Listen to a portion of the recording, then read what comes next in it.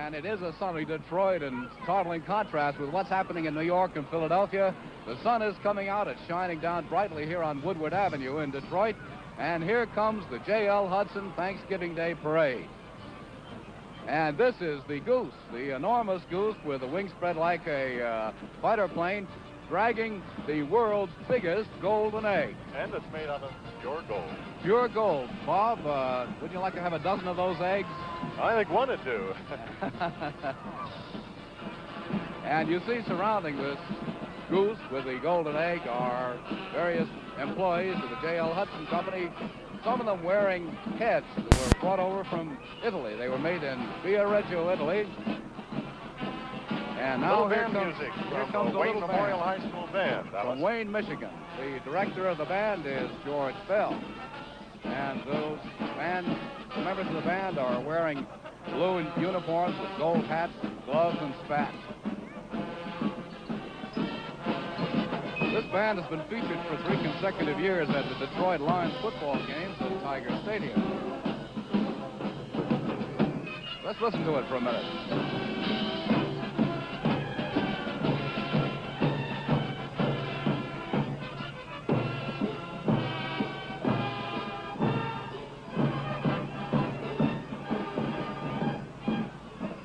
Say, Dallas and Bob, you were just mentioning that this band was featured at the Detroit Lions game. I think it might be appropriate right now to remind everybody that we really have football fun this afternoon right after our parade jubilee, right?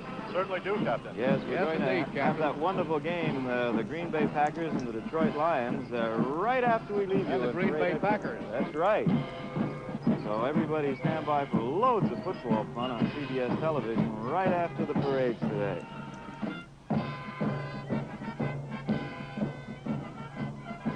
Well, here comes Dino the dinosaur.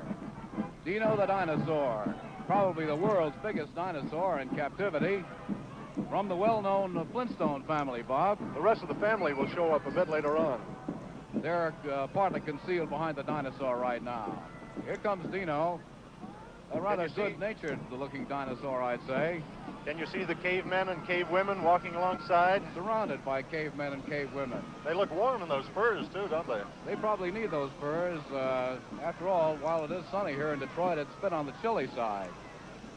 Just how chilly is it, fellas? About 32 degrees. I'd like to thank our... There you go. Hey, hello everybody. Thank you for clicking on. That was our little introduction for tonight. It is officially Thanksgiving week. We have Thursday Thanksgiving ahead. And just wanted to start out with a reminder that Macy's Thanksgiving Day Parade has not always been the only parade, even though it's the only parade most people think of. Long-running parades, Thanksgiving Day in Detroit and in Philadelphia, and that was back, I think that was from 1962, what we just watched. I remember as a little kid watching Macy's Thanksgiving Day Parade and them cutting to the Detroit Parade and them cutting to the parade in Philadelphia. So shout out to everybody from Detroit.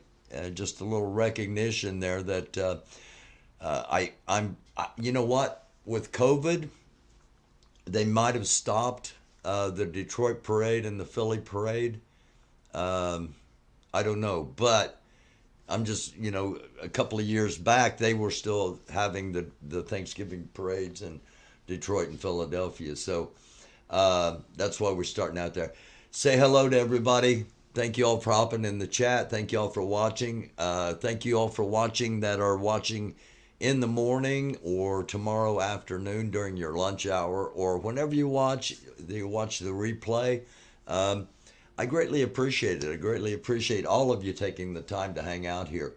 Hello to She-Hawk, Jungle Jane, Oomph. Hi, GA from CA, Hellraiser, Max Smith. Hello, Rumrose. And Mater. Sandy Foster, hello. Hi, Proud Army Girlfriend. I hope everything is well with your Army boyfriend that we are all real proud of. Always be kind. Hello to you. That's a great name. Hello, Shannon Leslie, Sandy Foster. Good. Okay. Thank you, Sandy. Hi, Sissy. Ohana. Next, Alex. Guy Bassett. Yes. Thank you. It was, for those of us that are old enough to remember, they did a shot showing three characters watching the parade on rather large screen. That was Captain Kangaroo, Mr. Green Jeans, and I don't remember the name of the moose. But yeah, that was Captain Kangaroo. Yeah. Hello, BTM Sparky. Jay Met is going to be on. Iwi,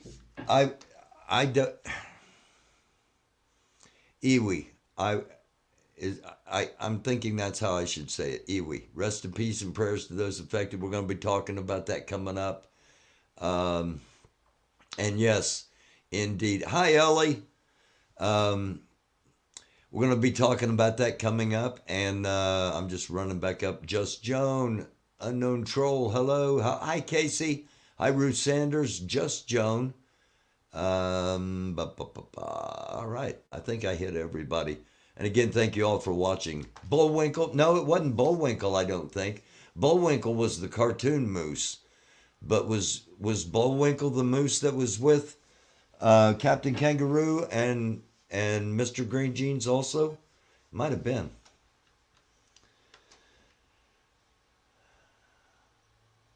Hello, Lonnie Ivy. Hi, Sarah. Mr. Moose. That's what I thought. Yeah, that's what I was thinking. It was just Mr. Moose. So I'm going to go ahead and get started. So when Pluck comes on here, we'll get her on right away. Again, thank you all for watching. And if you just joined us, you missed a little bit of a snippet of a Thanksgiving Day parade from back in 1962. From the Detroit parade. So, as always, we'll start out here with our breaking news. And here's what it looks like as far as what mainstream media is saying. CNN, a gunman kills 5 at an LGBTQ nightclub in Colorado Springs before patrons confront and stop him. We'll have more on that coming up. Reuters, Ukraine nuclear plant shelled. UN warns you're playing with fire. Got more on that coming up.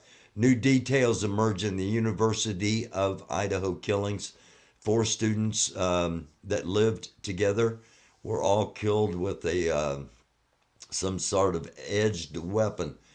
According to Fortune, the headline is ex-Twitter employees are horrified by Elon Musk reinstating Donald Trump's Twitter account. Fox News, Democratic Senator Warner says Trump. Senator Warner says Trump was right about banning China's TikTok. And the Washington Post, more details from Naomi Biden's White House wedding.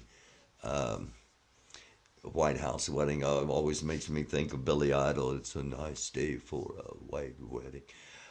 So the president's granddaughter got married this weekend, and today the president of the United States turned 80 years old. So happy birthday to the president, and also in case he happens to be watching, it's my cousin Charlie Sarles' birthday. I remember that a lot easier than I do that it's President Biden's birthday, but somebody reminded me that it was. So happy birthday. I'm sure you're not watching, but maybe one of your federal employees might be. So hello to all the FBI, CIA, Homeland Security, anybody else that might be watching. I'm just going to say right up front, I didn't do it, and I didn't say it, and it's not on tape. So jocularity. a little jocularity. So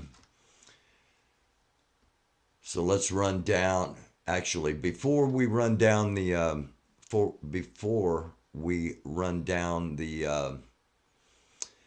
Twitter bookmarks, as we always do, Twitter is still up and running, and I want to just get us to this story here real quick. Hold on, let me pause this, because this is happening. This is CNN News 18 out of Asia, and we'll just listen in. To the structure, the shells landed at the plant and all around it, and these were seen by an IAEA team from their hotel window. They have been filming these attacks. They've been witnessing attacks that they know are deadly dangerous and that they're unable to stop so far. This is not the first time this plant has been shelled. This was attacked repeatedly since the Russians took it over in March of this year, and in one instance a shell landed on a reactor, damaging a transformer. That's how close this shelling has come to seriously damaging this whole structure. And of course the risks are obvious. There is no production at the plant at the moment. All 6 reactors have been shut down, but that is not to say that the plant is safe. It needs to be kept cool by power supply from a thermal source outside. This is so yeah, that's happening, and you might say, okay, so there's an accident at a nuclear reactor. Ukraine already has Chernobyl in the northern part of the country. Chernobyl was handled much differently. Remember, Zaporizhzhia, the nuclear plant we're talking about here, is in the middle of a war zone. And if something were to happen to one of the 6 reactors there, especially if the entire electrical grid is down, it could be something that would impact possibly the entire Earth. So I hope cooler heads prevail. But again, the footage we saw was shot by United Nations nuclear representatives from their hotel room. So hopes of cooler heads prevailing, while they might be, I don't know, what's the name of I can never think of his name, the guy that tilted at windmills, Don Quixote. Might be Quixote-esque to hope for cooler heads to prevail. It's dangerous dropping bombs around a nuclear plant. That just a heads up there in case you're ever in charge of any armies. And that was a little joke because we've got some really serious stuff coming up ahead. 5 dead, 25 injured in the Colorado Springs shooting. Here's one of the reports. We turn now to heartbreaking news from Colorado, where at least 5 people were killed, 25 others were injured after a shooter opened fire at a gay nightclub. Fox News reporter Alicia Cunha has the latest.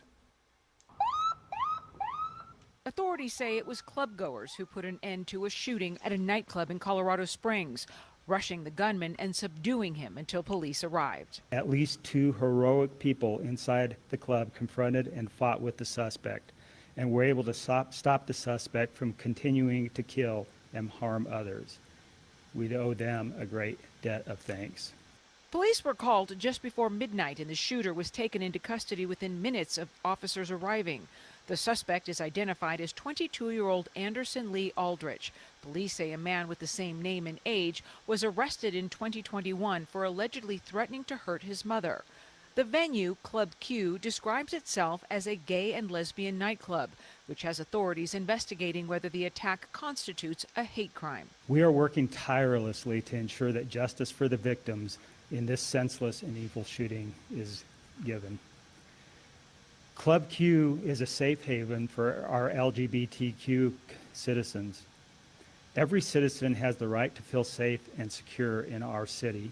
Colorado Governor Jared Polis, the nation's first openly gay man elected to the office, called the shooting sickening, in a statement saying in part, "My heart breaks for the family and friends of those lost, injured, and traumatized in this horrific shooting. Colorado stands with our LGBTQ community and everyone impacted by this tragedy as we mourn." So far, no motive has been identified, and the FBI is assisting in the investigation. In Denver, Alicia Acuna, Fox News. So, no official motive, but we can speculate. Hi, Sassy Pants. Hi, Carly. Anybody else I've missed? Hello, all of you in the chat. Hello, all of you watching, no matter where you may be. We do appreciate you watching. This is Late Night America on the American Doofus channel. We are going to have Pluck the Patriarchy coming up here in just a couple of minutes. Hopefully. Is she in the chat? Is she here?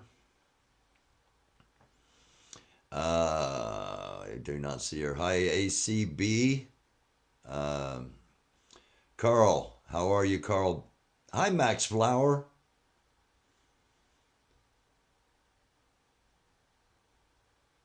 Okay, I haven't seen her in the chat. So, and I checked email right before I came on. Yeah, a lot of people love J Meta, and looking forward to talking to her. In the meantime, we will go to the bookmarks and our Twitter scroll, as long as Twitter is still in existence. I thought about coming on earlier. It was like Friday night. Had some plans Friday night. They got dashed, and I thought, well, I'll just go on live. And there was not a whole lot going on, and the whole thing was Twitter. You know, is Twitter going to survive? And while I use Twitter scroll, it's it's kind of a nightly thing. Every show we go down my bookmarks and look at news from a different perspective than you might get from mainstream. And I'm hearing that they don't have enough people. They're not gonna be able to keep the doors open. One of the mainstream headlines was that Twitter employees' heads are exploding because Trump's coming back on Twitter. I don't know if Trump will come back on Twitter or not. He's got his own established thing, and Twitter might just be too much trouble for him, or it could be too much to resist, which is the way I'm personally leaning. We try to keep it neutral. All right. Why is the Vice President of the United States on here? We strongly condemn the long-range ballistic missile launch by North Korea, and we again call for North Korea to stop further unlawful destabilizing acts. North Korea did indeed launch a ballistic missile, an ICBM, if you will, intercontinental ballistic missile, and this gives you an idea of the range of the missile. This area right down here, okay, that's the only area they cannot hit. They can't hit anywhere in South America, anywhere south of like Ecuador, and but the rest of the world, they now have it's now been proven that they, and there's a shot of the missile. The G7 calls for significant United Nations response to North Korean missile launches. That is what the Vice President was talking about. So we've got the potential of North Korea at any time just deciding they're going to do something really, really stupid, because it would be really, really stupid. It would be great to them, possibly, for little tiny brief amount of time, they would celebrate, I'm sure. But unless they've got a crap ton of those missiles, they would rue the day. Several GOP figures and Trump allies have already implored the former president not to hold a rally in Georgia ahead of the runoff, according to two people familiar with the matter and another person briefed on the situation.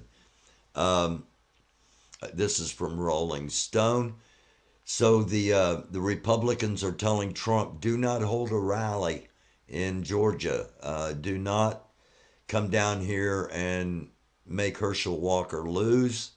I can't believe Herschel Walker got that as close as he did, but there is a runoff that's going to be happening next month.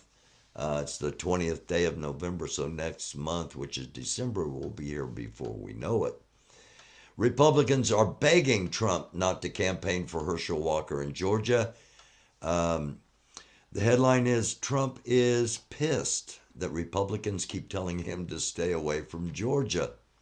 With a runoff election looming, the newly announced 2024 candidate doesn't want his rivals getting any attention while his party wards him away from Georgia. You can bet DeSantis and Rubio and Farmer Ted Cruz, all the big Republicans that want to run for president, Mike Pence, our old buddy, they will all be campaigning heavily in Georgia for themselves primarily, okay, as potential presidential candidates in 2 years, but with a nod towards Herschel Walker.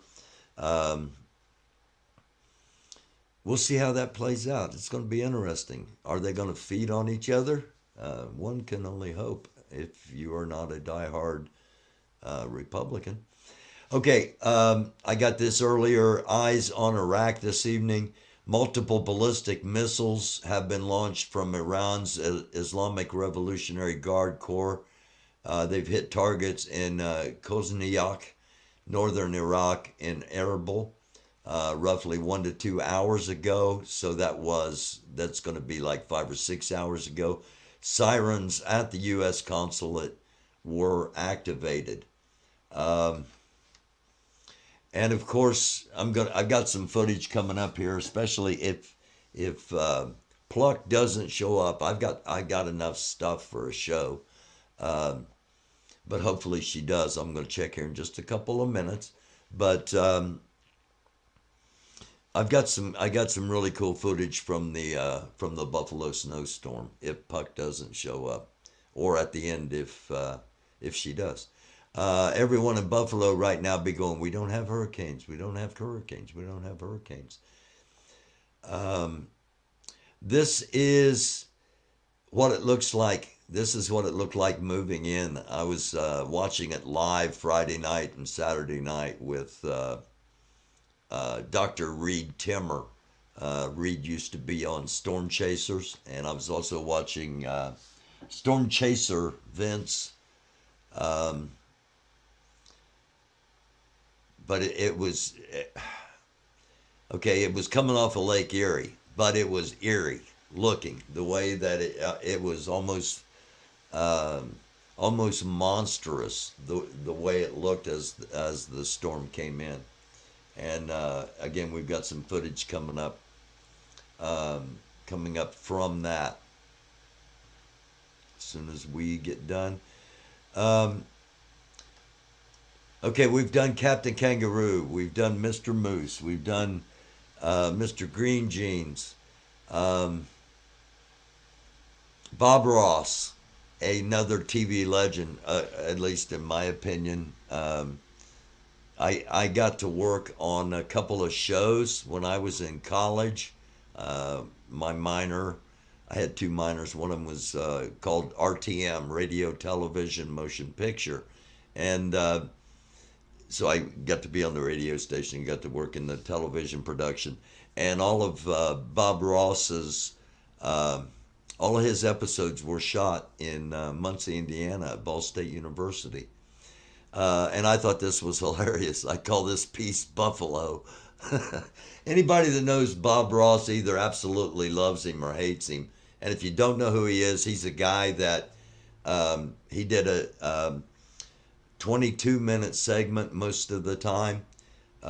22 minutes to 28 minutes was his mode.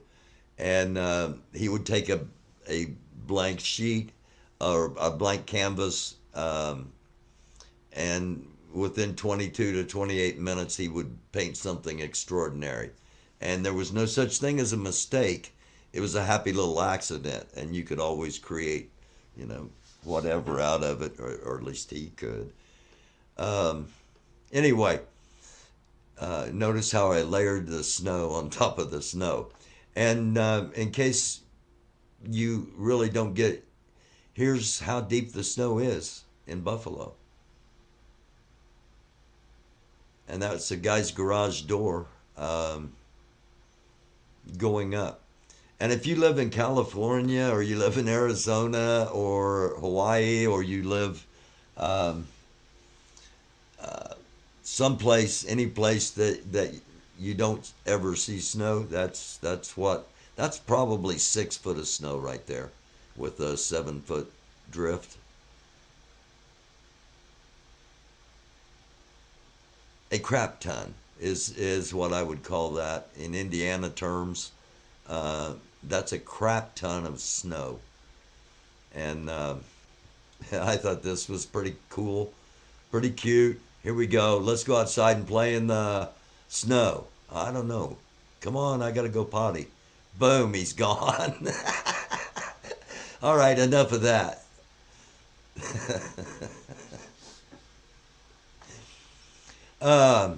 Okay. After returning to Arizona from huddling with Trump at Mar-a-Lago for a couple of days, Kari Lake says she will be governor. Quote, I believe at the end of the day that this will be turned around, and I don't know what the solution will be, but I still believe I will be governor, end quote. And she insists she's still on track to overturn Dem rivals' election win as the Attorney General's office demands explanation for polling day issues before certifying the results.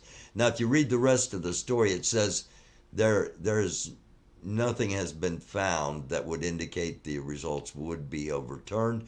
They just want an explanation for the polling day issues. Why did that keep shrinking? That's crazy. And we're on live. So there we go. All right. Whoa. Oh my gosh. Hey. All right, let's try it. Let's try it here. Let me see if I can get this locked in. Okay. Hopefully we will not. I only got a couple of stories left here. Young modern Iranian women are tired of being ruled by old reactionary men. You know what? I think that might be the case all around the world, that women in general are tired of being ruled by old reactionary men. I'm an old non-reactionary man, just in case I'm ever on a ballot again and this comes up. That's called a CYA. Okay, because you never say never, all right? Because twice before I said I'd never run again, and I ended up did. Okay, I had to have something in here. In a company-wide memo seen by Reuters, Elon Musk said Twitter staff had until today, which was Friday, to click on a link and choose if they wanted to commit to working long hours at high intensity or get a 3-month severance pay.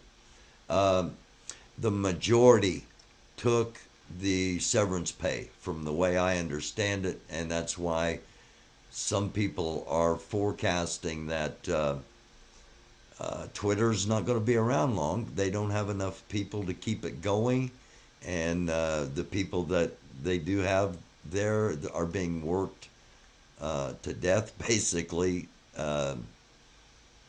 figuratively, not literally. Let's hope, but yeah, we'll find out. Pluck's here. Okay, thank you, GA from CA. Hello, easily distracted. Hi, Cunning Stunt. BTM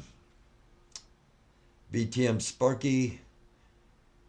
Doofus, she's in the chat. All right. Well, let's get her out of the chat and let's get her up here on the program. Here we go.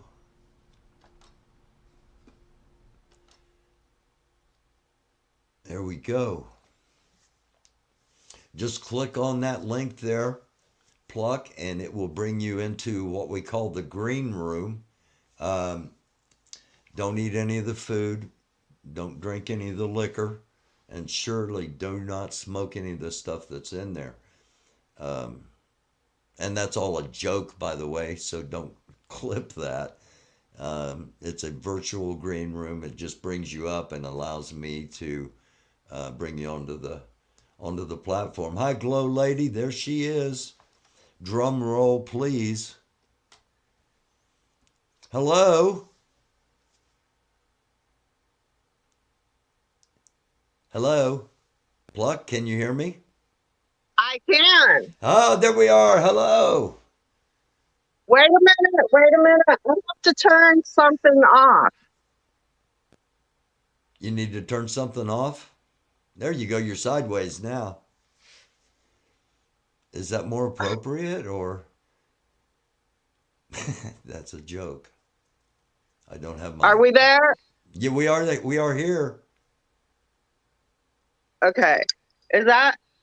What? There you go. There you go. You're right side up now. You're good. Which way's better? That you're good. I think. This is good. Yeah, it's good with me. Let me look at the chat. What do you think, chat? Everything all right? We ready to go here? Or is this better? Or would you rather have J-Met in a closer up? We'll let the chat. We'll let the chat decide. You decide. Perfect. Hi, everybody. Hi, everybody. Hi, Barry. They're saying good. Okay. Proud Army Girlfriend says, Pluck the Patriarchy. Don't touch anything. LOL. Stormy says, looks good. Ruth Sanders says, keep it there. She-Hawk says, thank you for your service. And yes, let's start out with that. Thank you for your service. You're welcome, everybody. So, oh, nice cup. This is my pirate cup. I bought it from a pirate. Was it a real pirate or was it somebody like me that just put an eye patch on and went, I sell you this cup? Yeah, he like was a professional paid pirate. Oh, okay, a real paid pirate. Okay. But he hand makes these cups, so Cool. It was. I like it. Awesome. Okay.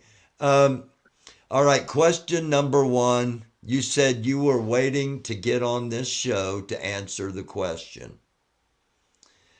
How did you get involved with all of this? How did I get to DC? Kind of was the question. And I think if I word it right, if not, I hope the person that asked it is here. But I think his question was, did I get to DC of my own volition the last time to protest 76? Or did I get a phone call? Essentially, is how it was worded. Okay, and are we talking about when they were on the mall? Right, when they were first on the mall. Okay. I believe that's what they're referring to. Okay. And right. The short answer is yes and yes. Okay. Yes, I was it was of my own volition, and yes, I got a phone call. Okay. All right.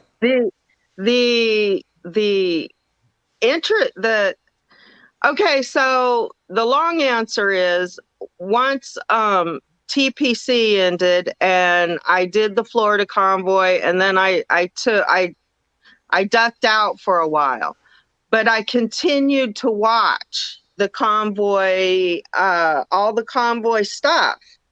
And so when TPC broke up, or when I left TPC, and then TPC broke up, and then I continued to watch these characters because I didn't think the movement was over, but my message, okay, I don't know how to put this, but anyway, I was watching intently. I was studying.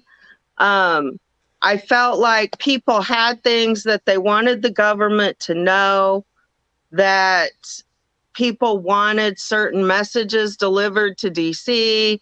And so I was very interested in these movements still. So I'm watching 1776 before they chose the name.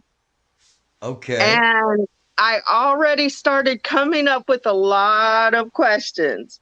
Like, what are these people really talking about? What is it they really want? What do they really stand for? So I was watching them closely. And then the day that they chose the name, 1776 Restoration Movement, was the day in my head that I thought, oh no.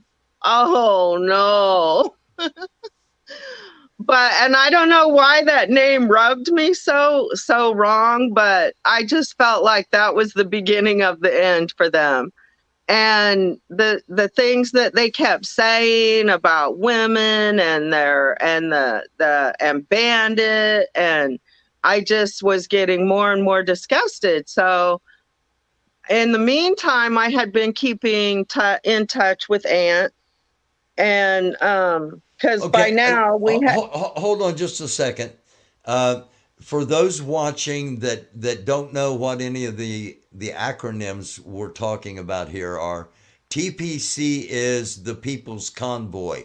It was the truckers' convoy that was this past 2022. I believe it started in late February, March, and it was kind of an offshoot or inspired by the convoy to Ottawa in Canada, the Canadian convoy. And then there was a separate convoy in Florida. Ant was part of that, and Ant is Defender of Ants. To go back any farther and to give you any more lore would take an awfully long time. But you met Defender of Ants in the Florida convoy, or did you? No, I met Defender of Ants in the People's Convoy. Okay, all right. Go from there. I joined the People's Convoy in February in Oklahoma. That's where I had been down in Texas on the beach, just enjoying the beach. And I drove up and met them in Oklahoma. So I met Defender of Ants shortly after I joined the convoy. Didn't talk to him much. He was busy running around doing his thing. I really didn't talk to any of the streamers much though, so that was fine. Who all were the streamers there? Let's see. At first there was I'm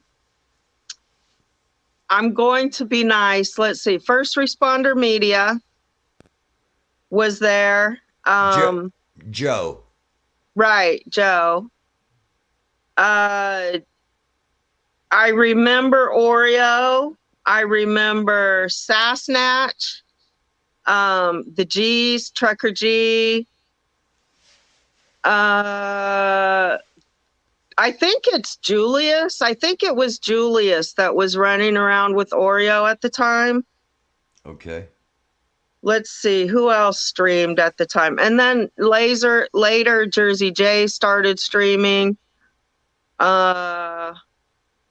I'm sure there's more. I can't think of them all. I don't have the best memory. Okay. So anyway, let Max, me get to how. yeah, go Go ahead. ahead. Sorry, Barry. I was just going to say So, Max Flower has a question that I kind of had too. I was just enjoying the beach, but then I needed to join a protest because what motivated you to get? I mean, if I'm enjoying the beach, there's going to have to be something pretty major to get me away from the beach. I like the beach. What can I say? So and what? go driving in the ice and the snow. Yeah. So we're going way back. Let's see. Well, okay. So in all honesty, COVID was really hard for travelers. Okay. The I mean, in the beginning, it was totally, kind of understandable. Lockdown, stay home. We have a pandemic. Wear a mask if you have to go out. Okay, a couple Uh-huh. of weeks. Yeah, we get it. Okay, but then for 2 years, Barry, I couldn't get supplies. The first year, I could barely get anything to eat. There were no restaurants open. There were a few, but and you didn't know what you were going to get from town to town. You didn't know if you were going to get attacked for not wearing a mask. Was I going to be able to buy propane? There for a while, my children had to work, so I had some of my grandchildren, and I was trying to homeschool them. And I'm living in my RV, and I mostly live off grid when I'm in my RV, but we had campgrounds closing down. We had BLM, Bureau of Land Management, land closing down. We had parks closing. So we couldn't even find a place to park. Couldn't get supplies, couldn't find a place to park, couldn't get a hotel, couldn't rent an RV spot, couldn't rent a place to live. It's like we were stuck. And then, so that starts winding down. And then these people that I had to, keep my children for, now all of a sudden they're faced with losing their jobs where they were essential workers because they're in food service. Now all of a sudden they're going to lose their jobs if they don't take a shot. And we come from an era where, yes, I do remember freedoms that we have lost. People talk about, I heard somebody say it kind of good. It might have been Trucker G or somebody said, if you don't know what freedoms we've lost, you're either not old enough or you haven't been paying attention. And since 9/11 and the Emergency Orders Act, even before that, due to commercialism, we've lost a lot of freedoms. I mean, I grew up in Wyoming Wyoming was one of the last holdouts on a lot of the state laws where the federal government was pressuring the states and taking away money from the states if they didn't change the speed limit or if they didn't regulate the drinking age. And so they started taking away states' choices. And I remember that. And then COVID, all the emergency enactments during COVID scared the piss out of me. That's a weird statement, but it terrified me. Okay. Just like I would try to explain to people, when they would say, why am I not wearing a mask? I would say, listen, I'm scared too, but not for the same reasons you are. Okay. Because all right. when I put on a mask, that's why you got off the beach. So you've been involved in this literally from within weeks of it starting. Now, yes, but nobody really knew you until you showed up at the mall. And if I remember right, you had a yellow legal pad, and you were asking questions. Am I remembering right? You had a dog and nobody knew who you were. And Pretty I think much. I think Ant said that you were a lawyer because you had a legal pad and you were writing things down. And one of the questions I was supposed to ask you is, are you a lawyer? I saw the question in the chat also about how did I lose my law license. And yes, I used to be a lawyer. Okay. All yes, right. I graduated from law school.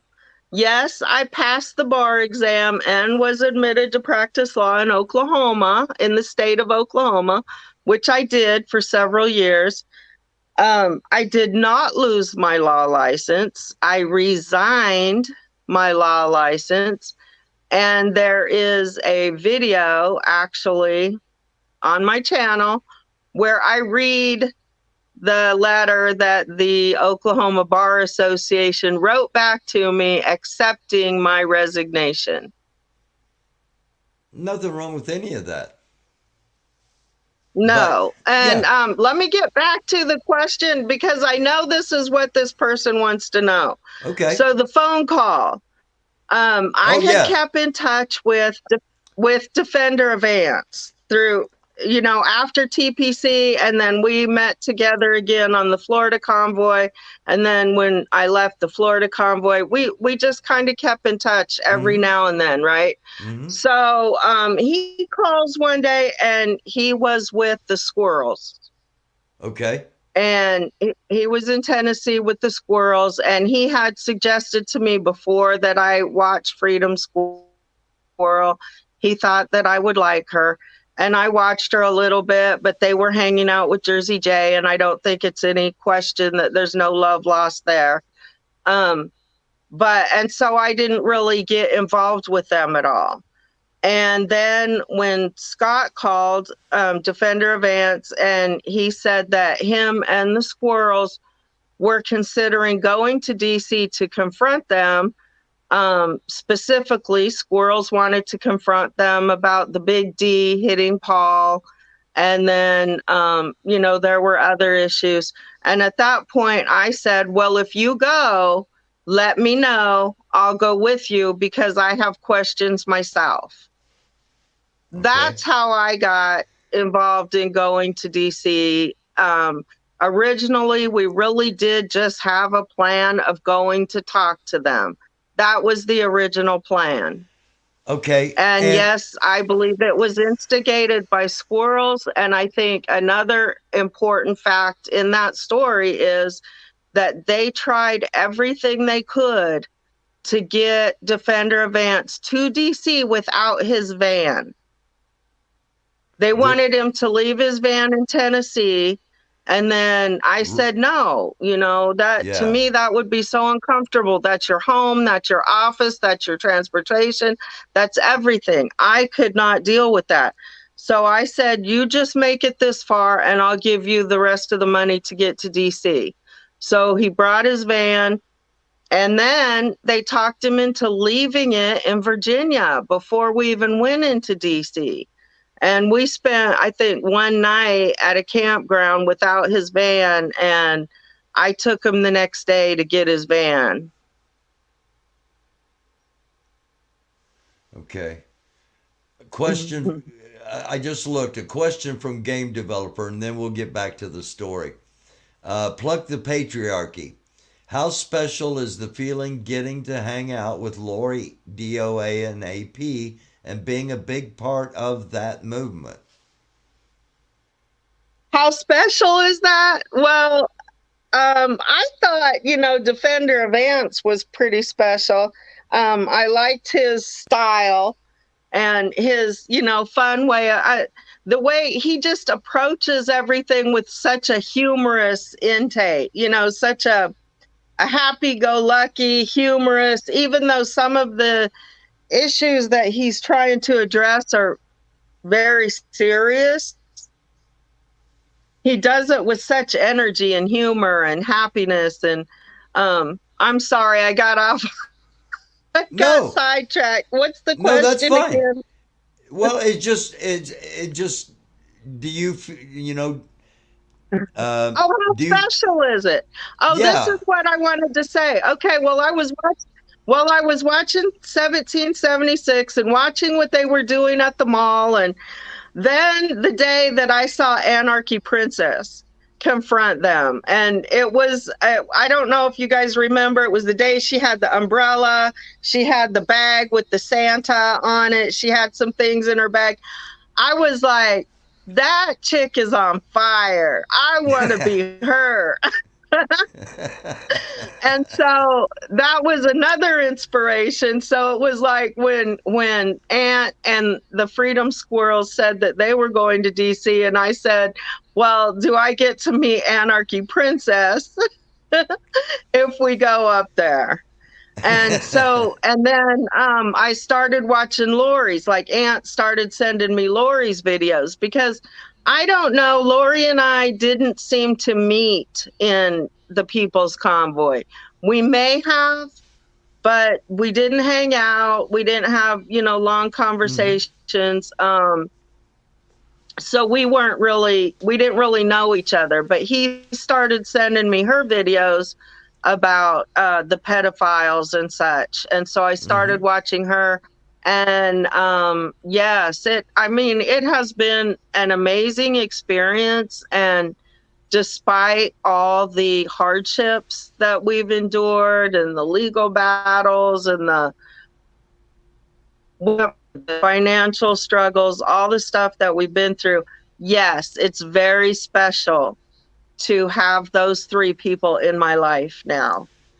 Yeah, I would really like to have a panel one night with all of you on at the same time. And we're kind of cray-cray. I'm sorry? When we all get together, we're kind of cray-cray. Crazy. Well, yeah, it would be great to do it live. I'd love to be able to do it live. I think that would be awesome. But if we can just get everybody on, maybe sometime after the holidays, and just get all of you on that were part of the Bunker Hill thing, I think that'd be awesome. And hear the stories. That would be fun. Because despite the fact that it was, for those that don't know, this whole summer, a lot of us, and by a lot of us, I'm saying between 5,000 and 10,000 people a day, were watching what was going on between this group 1776 and those in opposition to them. And it was almost 24 hours a day coverage with the amount of live streamers, with the fact that the opposition were incredibly gifted at being on camera. It became must-see TV for those that don't have a clue what we're talking about. And here we are, and it's still going on. It's kind of passed on to the internet mode now, but 1776 is going to be back in Washington, D.C. on Thanksgiving. Is that correct?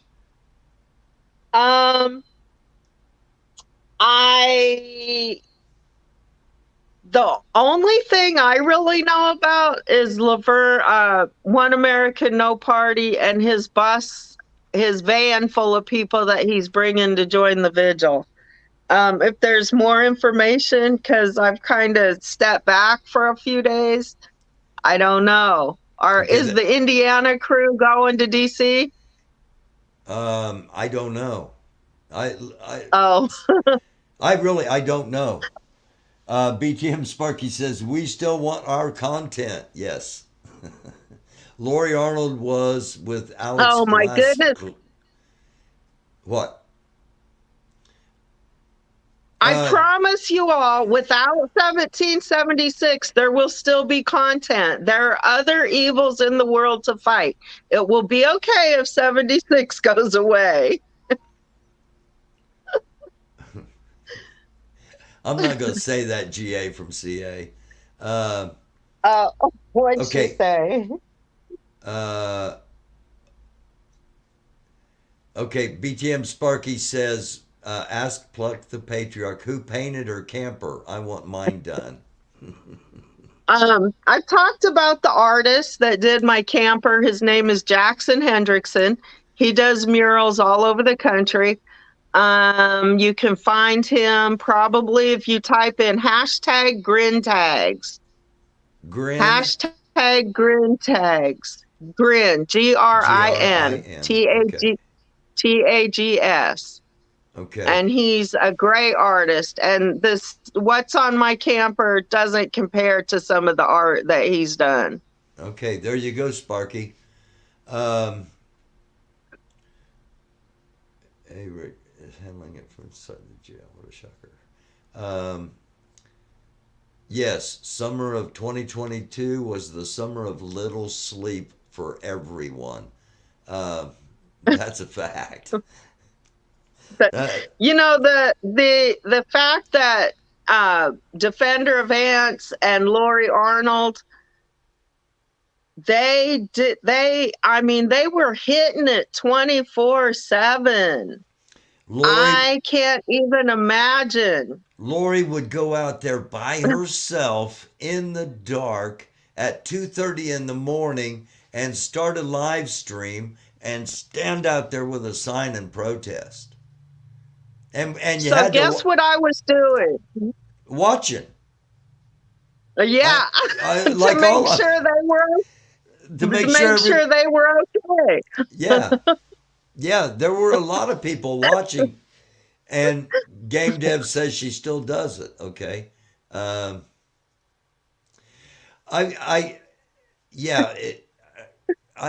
gained so much. Well, I'll just say this: Lori Arnold became so intriguing. You know, it was like, what is driving this person? Because she was out there when others weren't. She was out there when it was incredibly dangerous.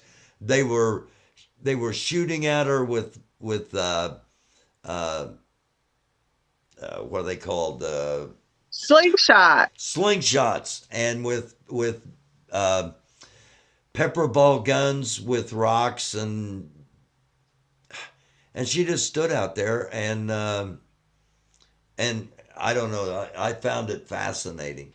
And all of them are fascinating. You know, you talked about Defender of Ants and his approach to everything. And he is a master at brinkmanship, at pushing things right up to the brink and then stepping back, and the other person becoming, you know, the other person just keeps agitating and agitating. And Ant's already stepped back and making the person look like an idiot. He is, and then you got Anarchy Princess, who looks like, you know, she looks like, I don't know, she ought to be a cheerleader, or, you know, and then a model. She ought to be something other than a hell-bent for election activist. And and she is just I don't know, all of you together. I don't know. It was just because you when you were out there live, you always looked like the sane one. You always looked. I'm talking about Bunker Hill. You always looked like the one that was. You had your signs, but you seemed to always be watching out for everybody else. And I'm sure that was greatly appreciated by them and by our viewers tonight. Yeah, they were there. They were streamers before they went, down there.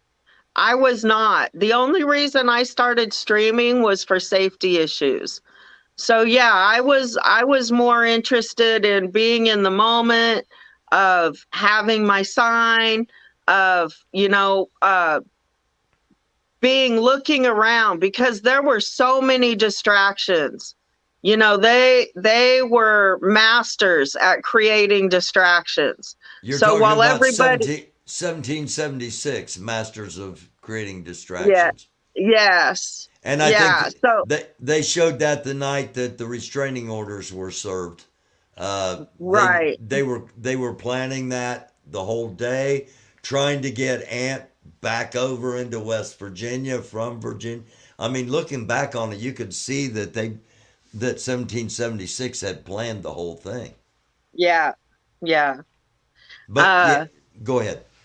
And who showed up on the parking lot that day? Was it Mr. Josh, our friend Josh Fulfer?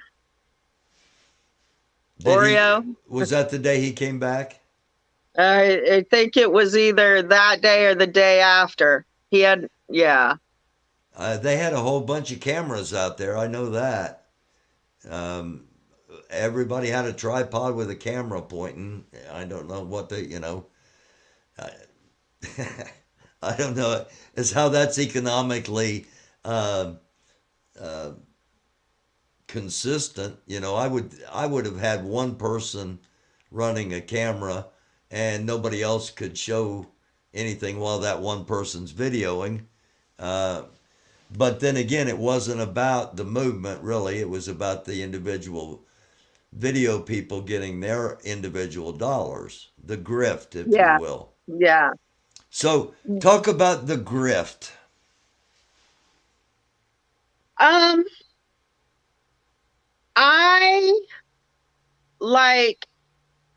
don't participate in the grift as much. But I am in agreement with Lori. A grift is when you are manipulating people or lying to people to get them to do or give what you want. You're trying to benefit from their loss, and you will say and do whatever it takes to get in their pocket. To me, that is the grift. Okay. Now, if somebody, if people pay for content, if people want to support a channel, if we got people like my dad and David Rydell who send their money to some little girl in the Philippines. That's their entertainment. I was talking about how I paid $10 to play a game online yesterday. That was my entertainment for the week. So if people want to pay for content and pay for whatever kind of content it is they like, that's their right, and that's not a grift. If you like to pay to watch somebody DoorDash, by all means, pay somebody and watch them DoorDash. If you wanna pay me to go protest at your state capitol, call me up. I'll take the grift.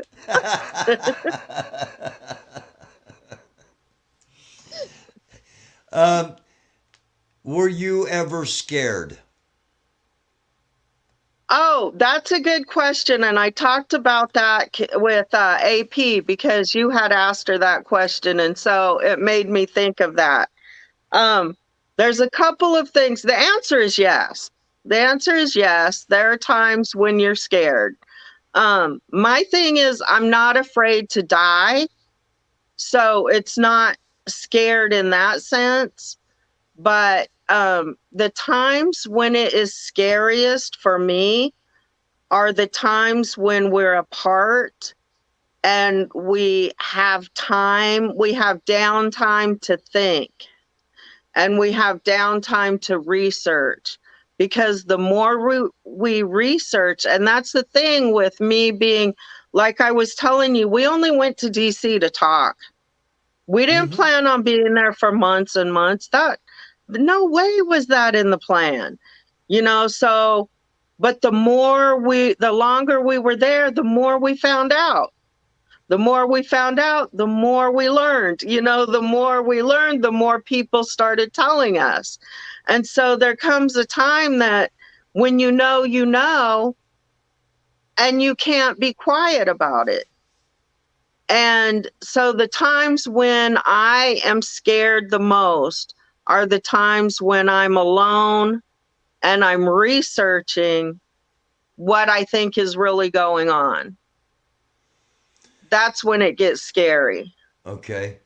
What do you think is really going on? Because I'm not, we've gone I from can't. we've gone from a patriotic movement, a church movement, a possible criminal enterprise, a possible pedophilia cult, an insurrectionist movement, and then we've got E, all of the above, F, none of the above. And I'm really interested to find out what the answers are, because we don't know yet. And if some of those things are actually happening, you can't just ignore it and let them go. That's the problem. There's that we want to go. We want to be done so bad. And every time we get bored with them, or I talk about it all the time. I have other things I need to be doing. There are other causes in the world. My son's father got killed a couple weeks ago, got hit by a car, and the police are not investigating. They don't care, so I really need to be in Tacoma, Washington, fighting with the Tacoma Police Department. Right. And whoever is responsible for that baloney. But anyway, every time we think we can leave them alone, they come up with a new stunt, like they raise money for pedophiles, or they put them on their show and mod them up on their channels, and which tells us that they're not done. They have created an environment that's welcoming to pedophiles and criminals, and they let them live with children, and they think it's okay.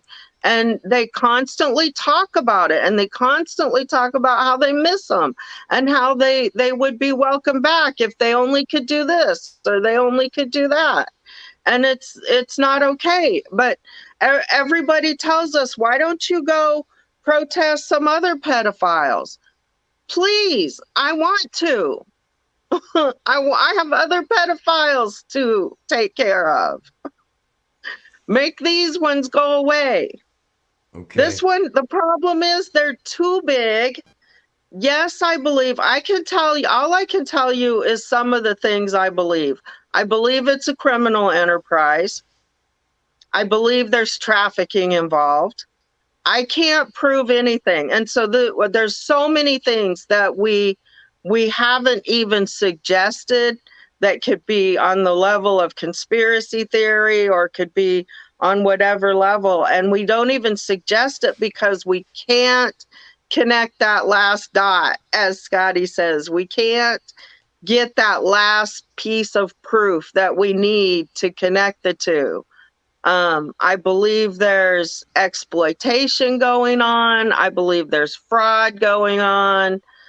I believe that the people that we are looking at as the characters in this reality drama are not the people that are in charge. Okay. But we have, like you said, when you know, and you can't be quiet. And that's all they want to do. They want to silence us. And why? Why do they want Aunt in jail so bad? Why do they want to silence Lori so bad? If you didn't have anything to hide, you wouldn't care. Barry, I could care less if 76 wants to go up to the corner of my road and stand by the mailboxes and hold their signs. Mm-hmm. Because I have nothing to hide. You said that police don't care, and I was watching I mentioned it earlier before I brought you up. I was watching a video the other night from Buffalo, and I was watching this storm chaser, and there was a guy, and again, this is in the middle of a blizzard coming down between 4 and 8 inches of snow an hour. A guy is sitting in the middle of a road in a wheelchair, and the storm chaser pulls up to him, to see what's wrong. 2 other guys jump out from a snowdrift, behind a snowdrift. They're trying to carjack this storm chaser in the middle of a blizzard in Buffalo. The storm chaser calls the police. We're all watching it live. Storm chaser calls the police. The police say it happens all the time in that area. Just avoid it. We've got bigger fish to fry. Yeah, avoid the area. Again, they're in the middle of a blizzard, basically. So, Wow. I understand them having bigger fish to fry, but they know that there's this going on in the area. They're just not doing anything about it. So, do you think that, because everything we're talking about here is speculation. We don't have any proof on anything. Everything is just allegedly. Right. Okay. Right.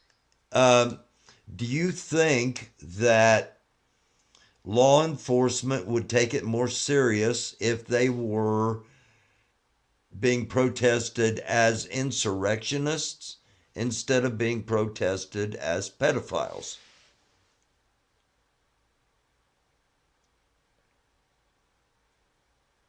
No. Okay. No, I don't think they take it more serious because we've already come from that approach as well. Okay.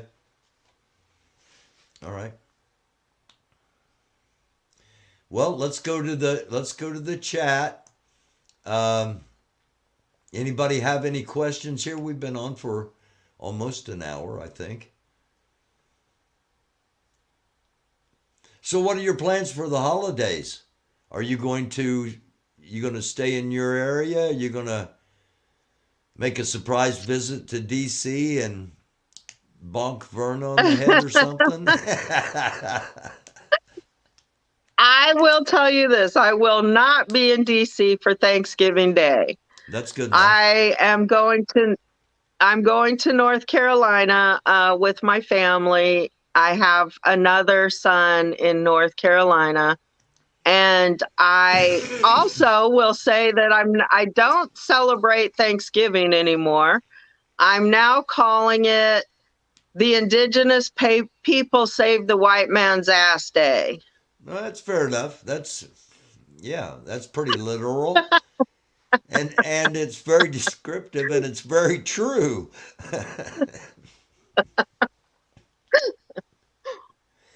Okay. I have a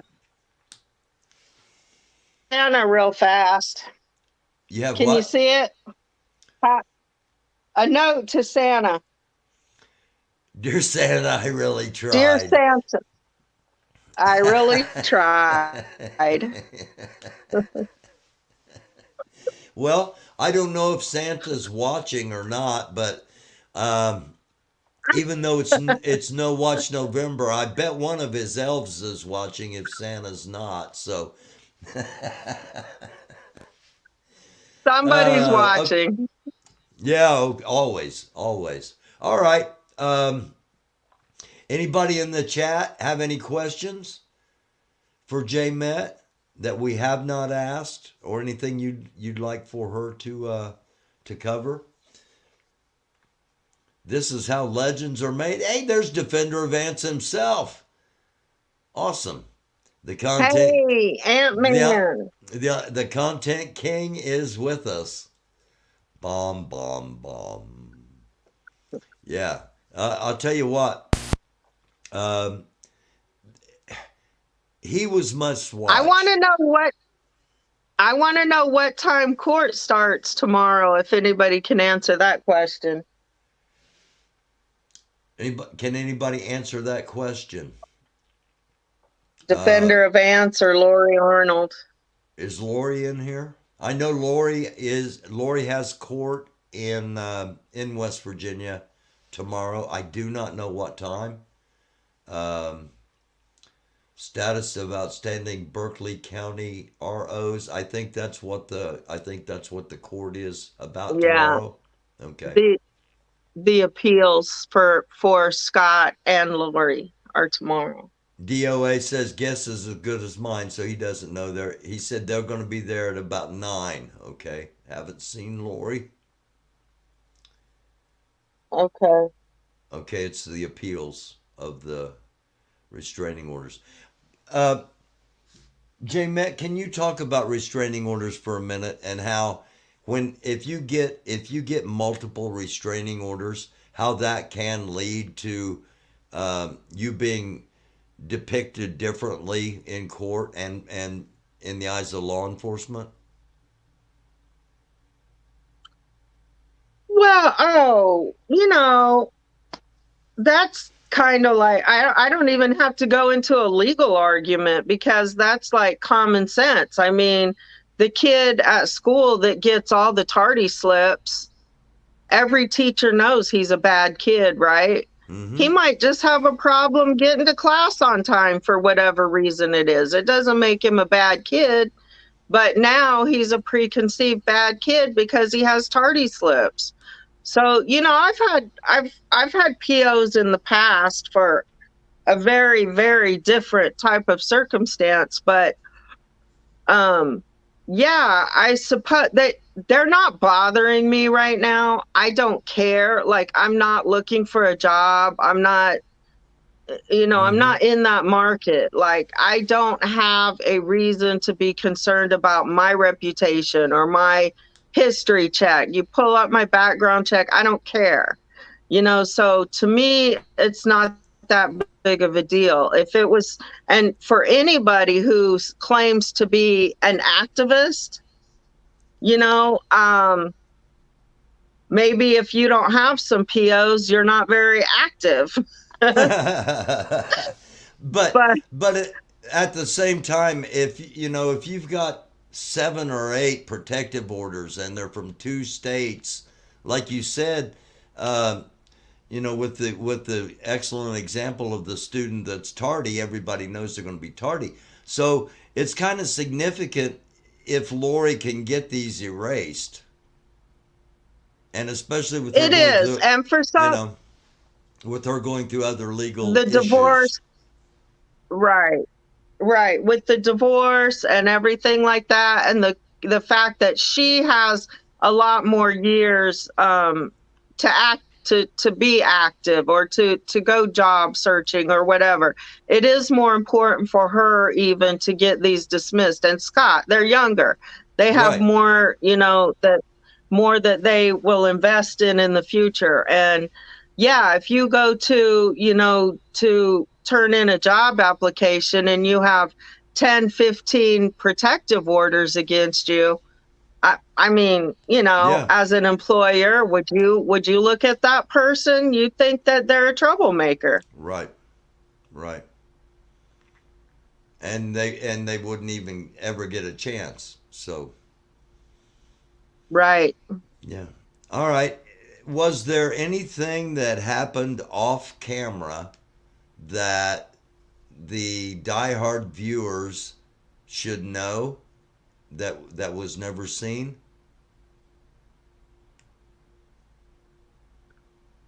Not while I was around. Okay. All right.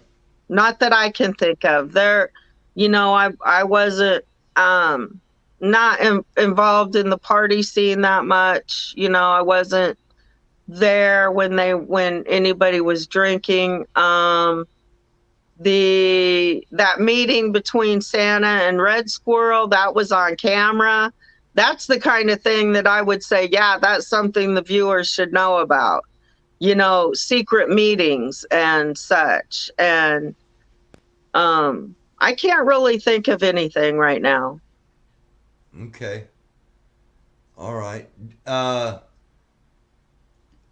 Cunning Stunt, and I have to be really careful when I pronounce her name and I don't get dyslexic. Cunning Stunt says your protective orders were dismissed, correct? Can you tell us why? My protective orders were dismissed for the same reason all the rest of them should be dismissed. In the first place, the pleadings were insufficient. Like the paperwork did not allege any facts. To get a protective order or a restraining order, you have to allege specifically who, when, where, how. On such and such a date, this person did such and such a thing to me that made me in fear of my life. In addition, they have a habit of sending me these letters, these letters, these letters. There has to be specifics. You can't just say, this person makes me afraid for my life because she harasses me and says things I don't like. That's not okay. And that court doesn't have jurisdiction because they're alleging things that happened in D.C. They're trying to claim things that alleged in D.C. Nobody lives in West Virginia. They had no proof of anything specific, especially, from me, that happened in West Virginia to them. Most of the people that filed the protective orders, we don't even know who they are. There's still one to this date. We don't know who she is. Wow. So how is there somebody who's afraid of me? And I wouldn't even, there's one person I wouldn't have even recognized until the day we went to court. I didn't know his name. I didn't know who he was. I didn't talk to these people. I didn't call these people out by name and threaten them. I didn't, drive by their house with a shovel and a rope. Whatever. You have to have specifics. And one of the reasons, as an attorney, as an ex-attorney,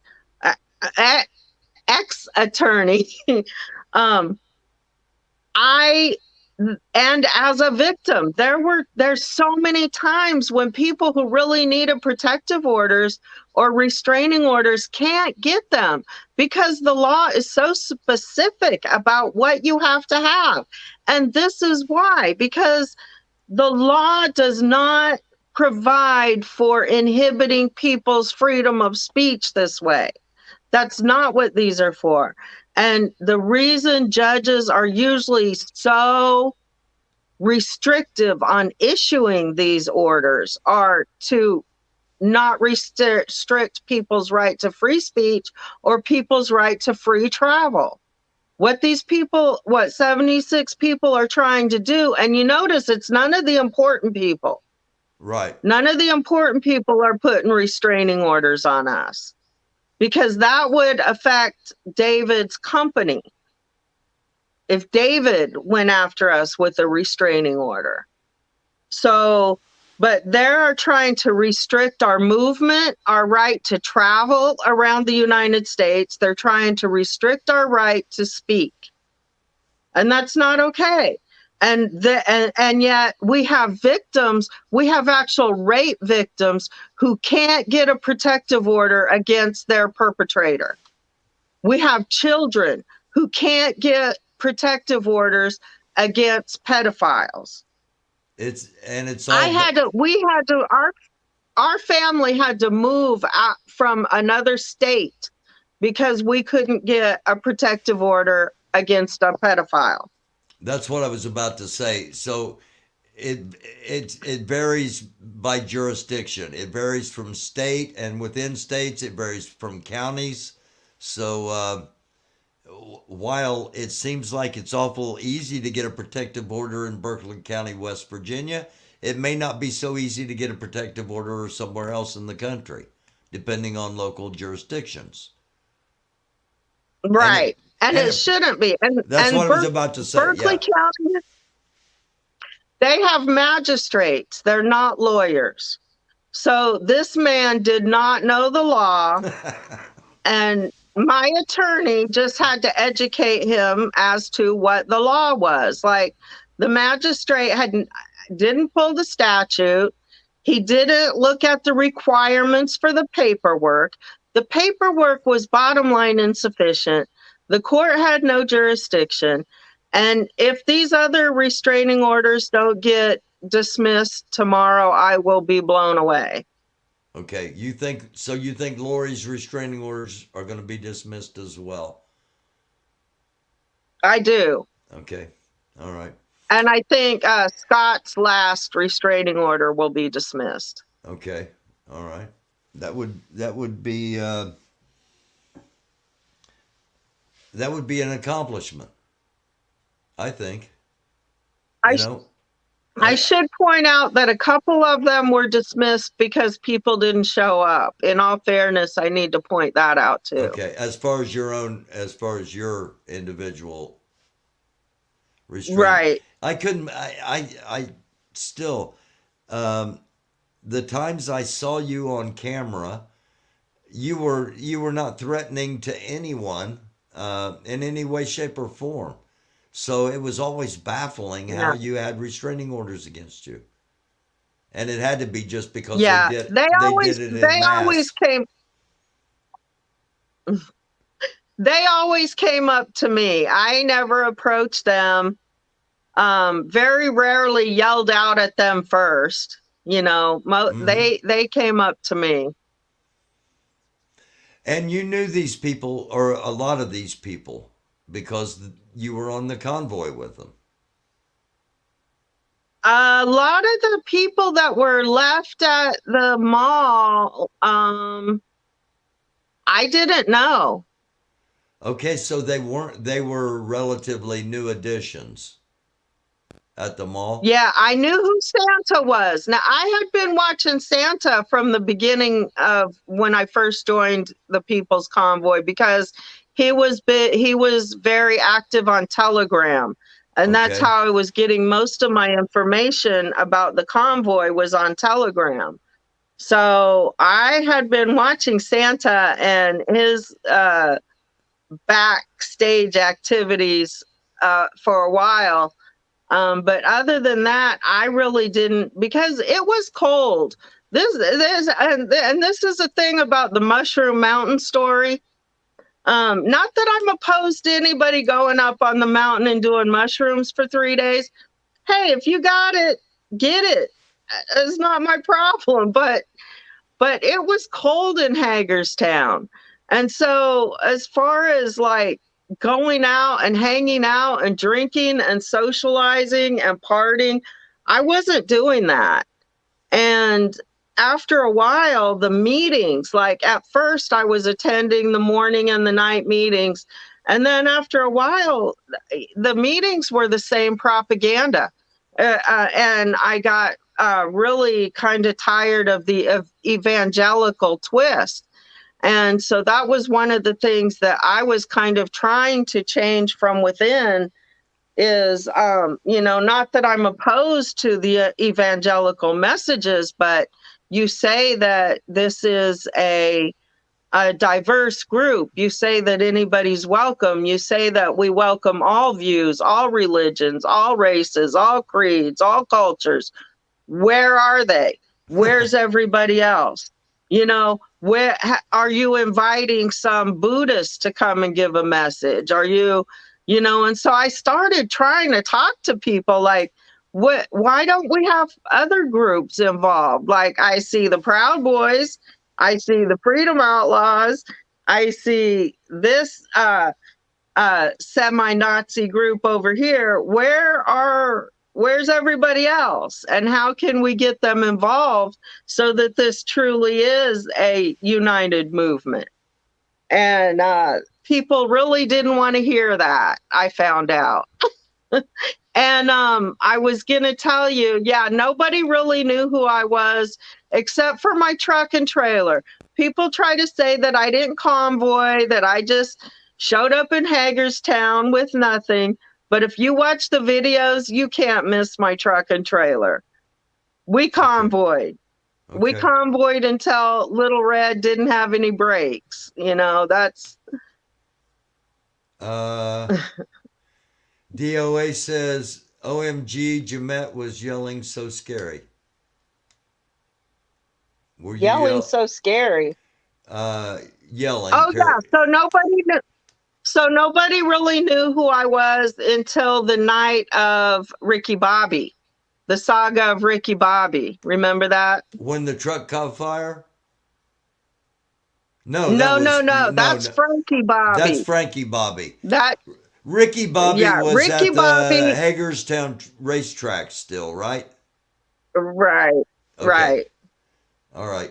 What? But yeah, so I quit even going to the meetings, and I was just watching them online from the warmth of my trailer. So yeah, I wasn't really socializing with a lot of people or hanging out, having dinner.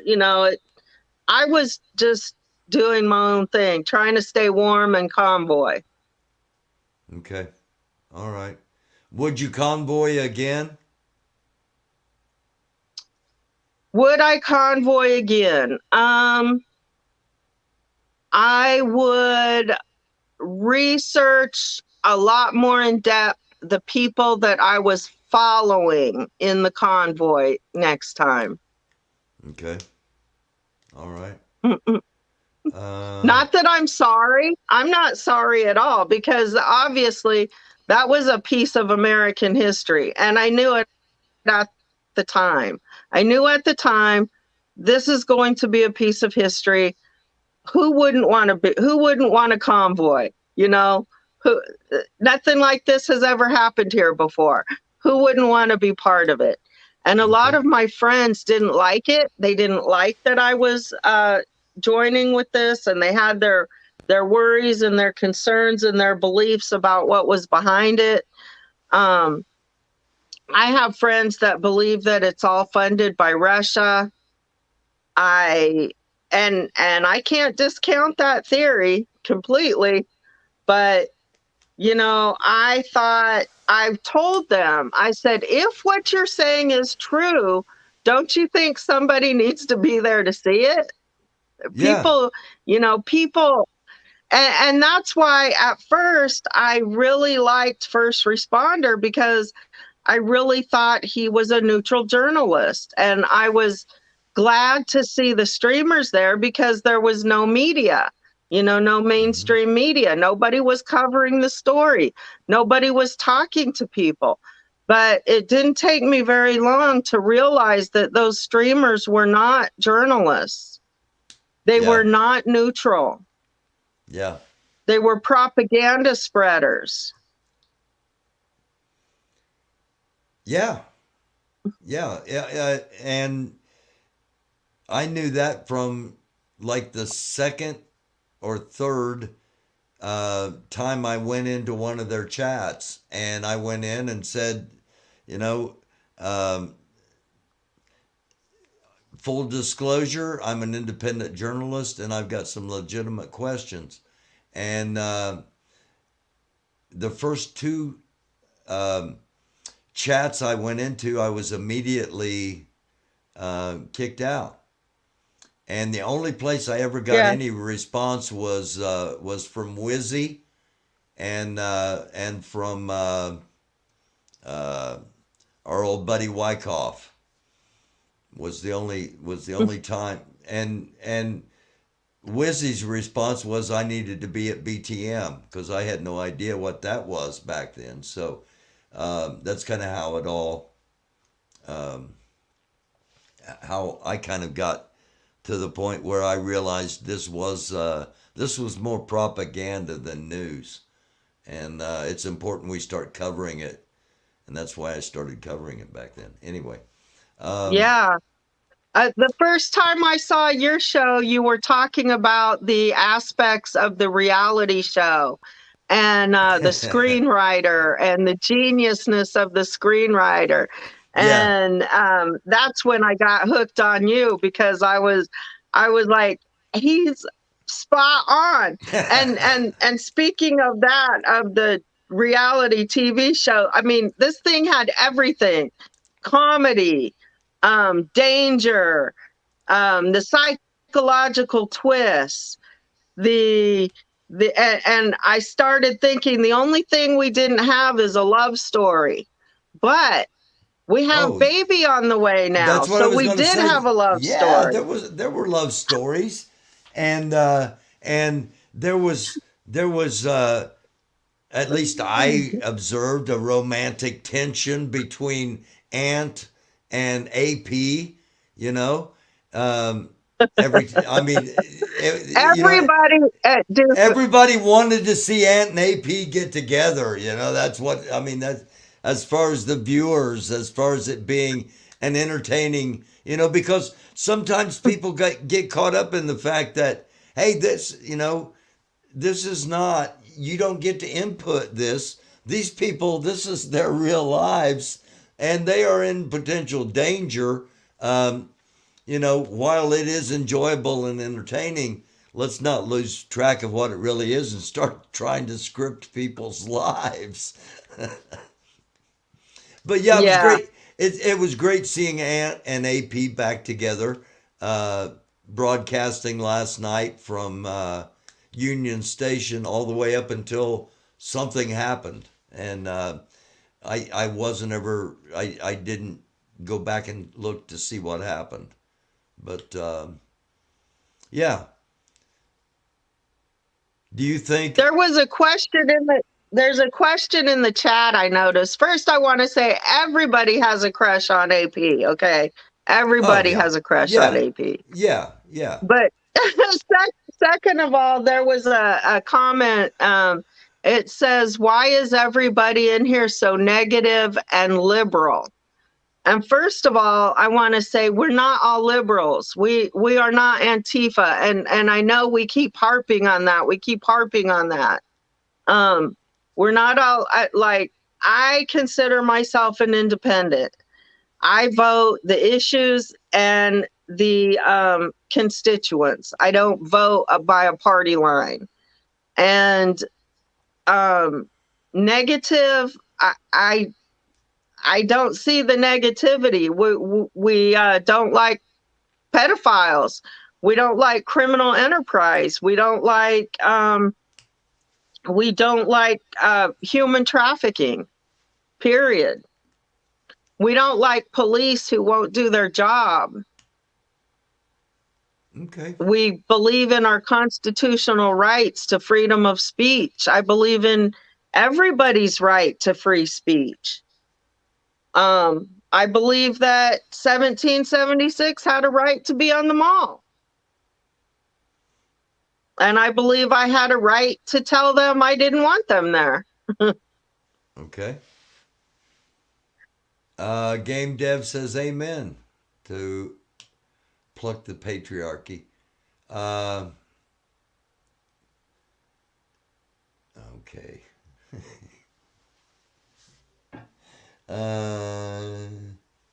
Freedom for, hey, there's Lori Arnold. Lori Arnold is in here. Hi, Lori. Lori has court tomorrow, and hopefully it will turn out the way that Pluck thinks it will, and that everything will be dropped, and Lori will be heading back home again in Indiana. Anybody? Back to Indiana to fight some more restraining orders. Yeah, that's kind of why I brought up the fact that if you get them piled up, it can damage you when, you know, as far as the future. So good on Lori for fighting them, and hopefully they get removed. Yes, yeah, and you know, I'm really proud. I'm actually really proud of all of us, because I don't know if you can feel how terrifying it is for us to go to that county. Yeah, I mean that.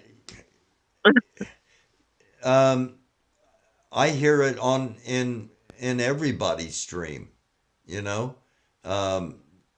Nobody wants to go to Berkeley County, West Virginia, and it's spread across the country because of this show. Not my show, but because of the reality show that you guys were all part of. Everybody in the country knows about Berkeley County, West Virginia now.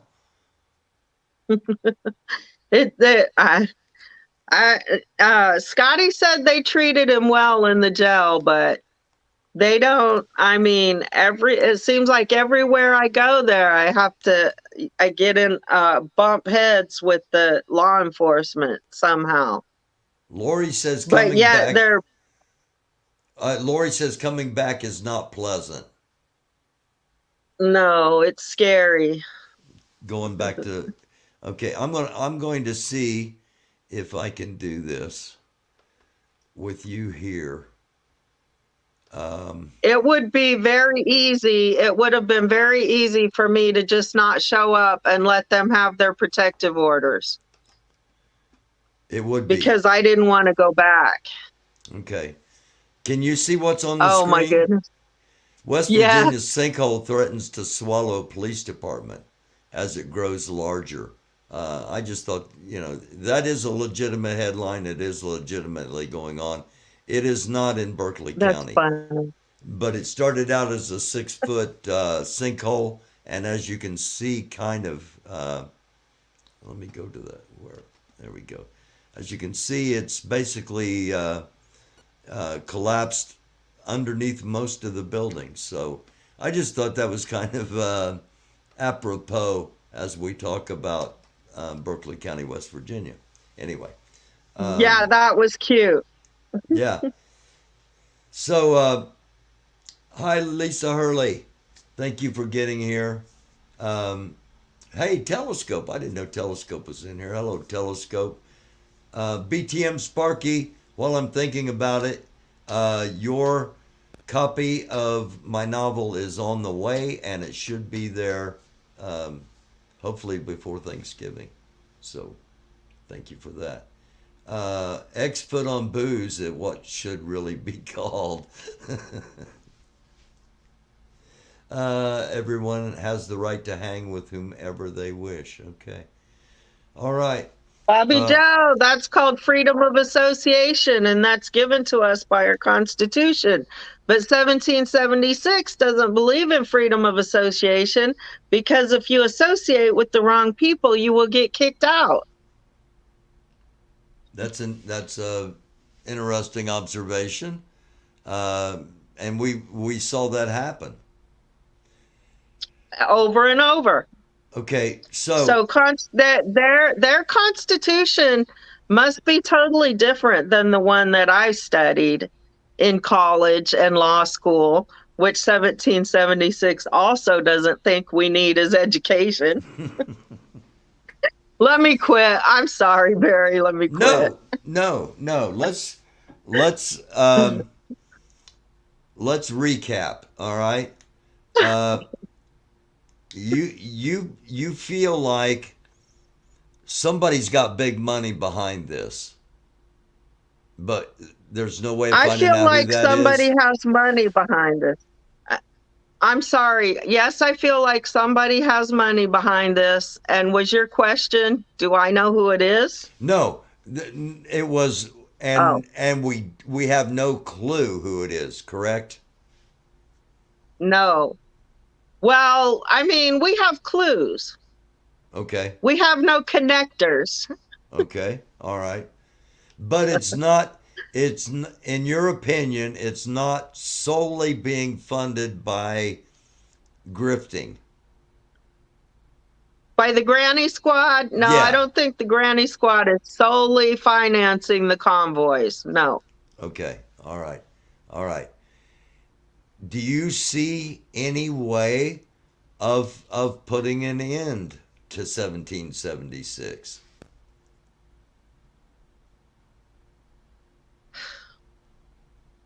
And you don't have to say what it is. It's just...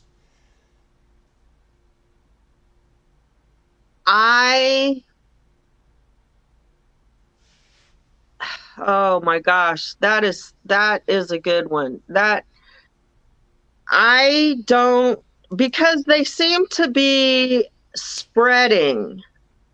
Like, we keep wanting to say they're going to fizzle out. They're just going to die off.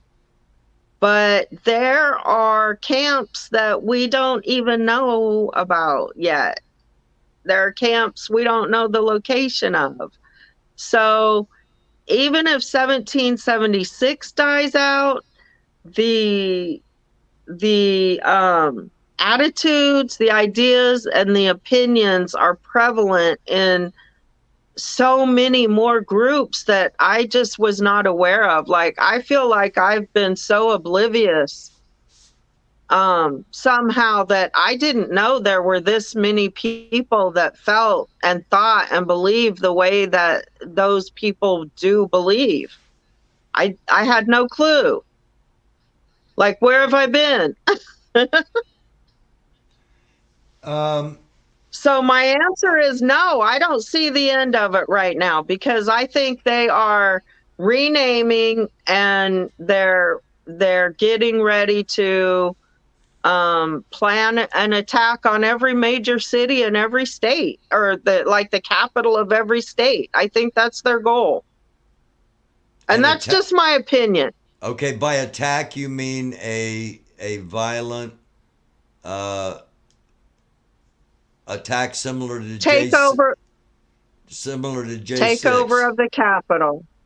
Yes, that I think that's a possible plan in the works. Yes, that they want to take over every state capital. Well, that would make a lot of sense, hypothetically, because it would be more important to have somebody that was willing to go take over a capital with you, whether they were a pedophile or not, as long as they were willing to go take over a capital with you. Right. Right? Yes. Yes. I mean, that's an easy way to justify having pedophiles in your organization, because it doesn't matter, because we're going to go take over a capital. Right. Wow. Interesting. Okay. Do you have any final thing for Pluck here from the Do crew over in the chat, the Doofus crew in the chat? They love to talk about Civil War. Love it, according to Max Flower. I haven't been watching, so I don't know what they talk about in their chats. There's already enough pedophiles in the government. Find the right passion says. Okay, Tammy. She-Hawk. She-Hawk. I served in the Army, and I served in the Coast Guard Reserve. There you go. Tammy Howard wants to know if you got kicked out of TPC. Oh, yeah. This is a good place to answer that question. No, I did not get kicked out of TPC. And in fact, the day I was leaving the morning after the saga of Ricky Bobby, and Brian Brazzi came by and talked to me and asked me not to leave. And I said, I talked to him for a few minutes, and I finally said, okay, well, I at least need to get away for a few days. I need to go collect my thoughts, and some of these things that are going on are not okay with me, and nobody's communicating. We can't talk to anybody. People are getting escorted out in the middle of the night. I'm not seeing that the mission that you claim is our mission is what's being carried out here. And then you kick Ricky Bobby out for speech. That's not what this is supposed to be about. And he specifically said, please come back. Go get away for a couple of days and please come back. And then the motel we were at a motel in Hagerstown for a couple of days. And Brian Brazzi, we ran into him, Ricky Bobby and I ran into him in the elevator of the hotel. And so we actually did get a 10-minute meeting.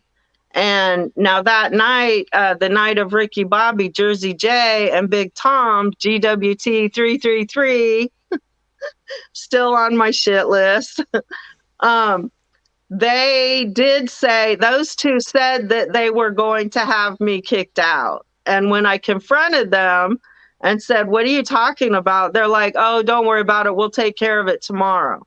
So anyway, we're at the motel. We ran into Brian, and I said to Brian, I said, so if I go back to the Speedway, am I allowed back in?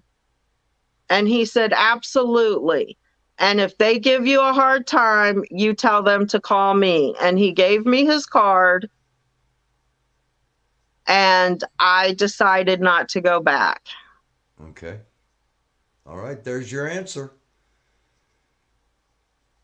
Is there any... And I did not get kicked. I did not get kicked out of the Florida convoy either. I have never been kicked out of anybody's convoy. Okay. I haven't either. Good for you. I've never been in one. I mean, officially, like driving. If you get a chance, you should check it out one time. Yeah, I will.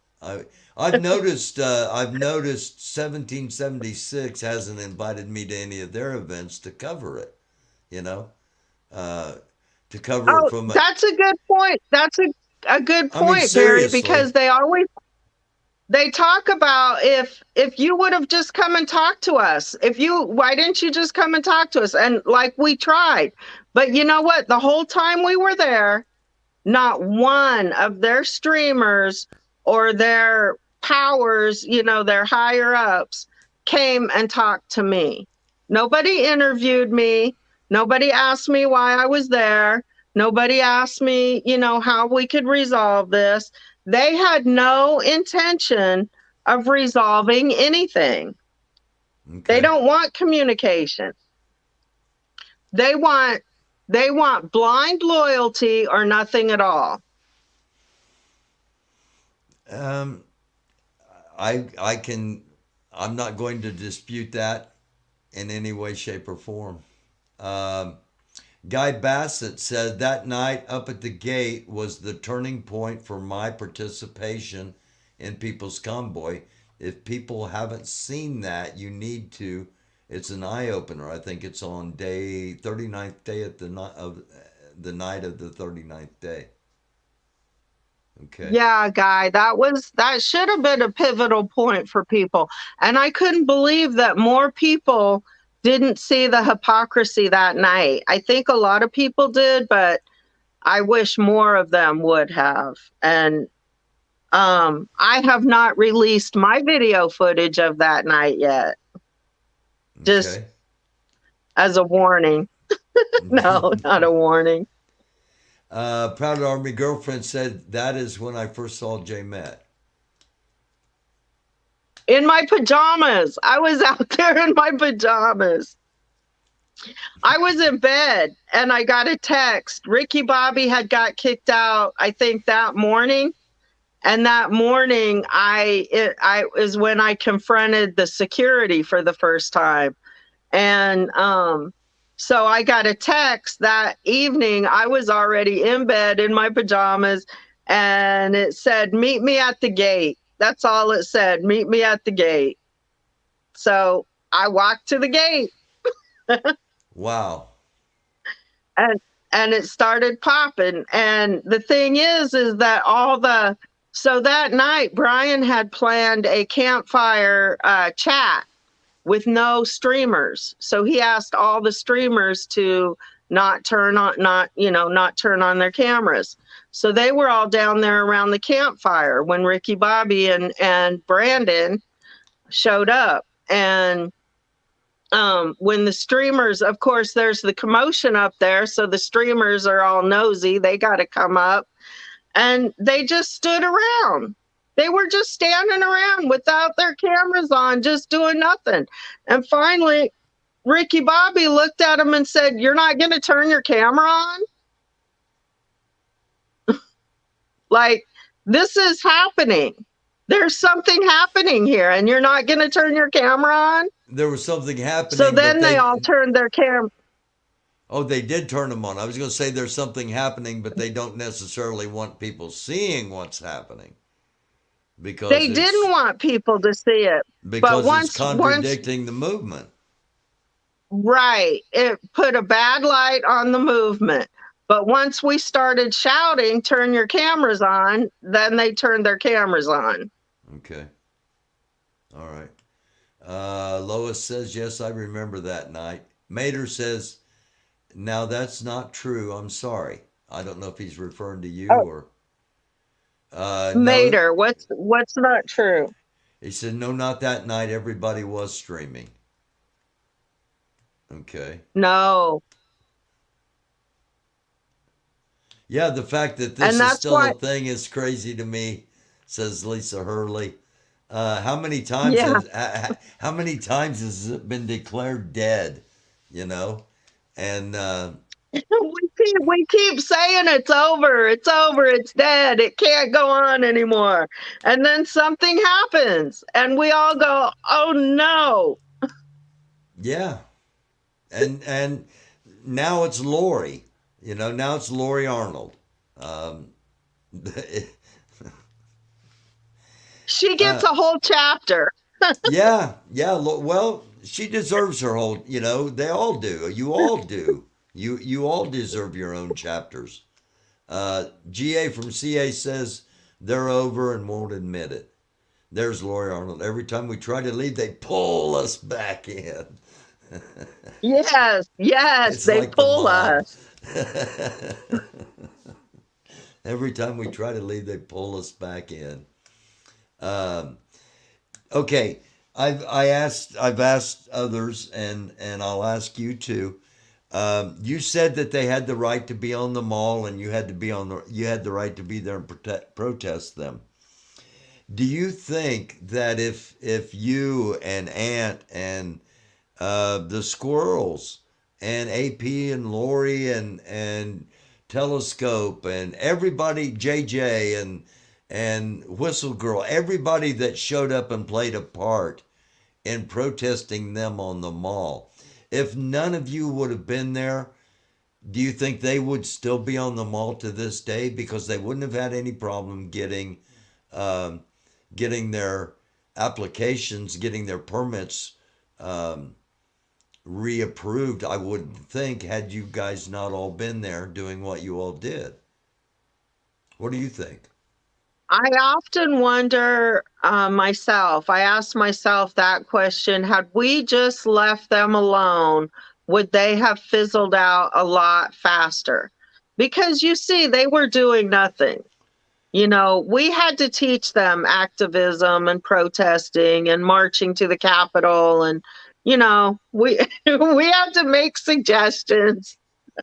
Okay. How to get rid of your poop bucket. We can help you with that one too. But the question is, you know, as much activity as there is behind the scenes, because we're not the only group that was protesting them, obviously.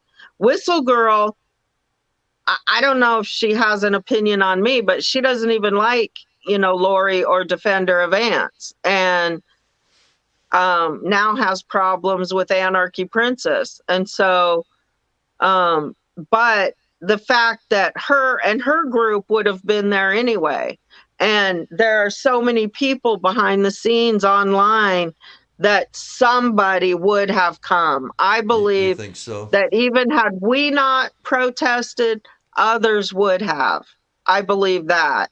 And then the question of the ongoing question that we'll never be able to answer, had we left them alone, would they have died sooner? Because they made big money off of our shenanigans.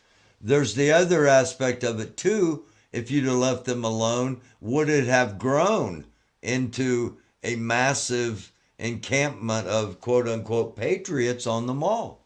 There's the opposite. That's true. Yep. I don't know.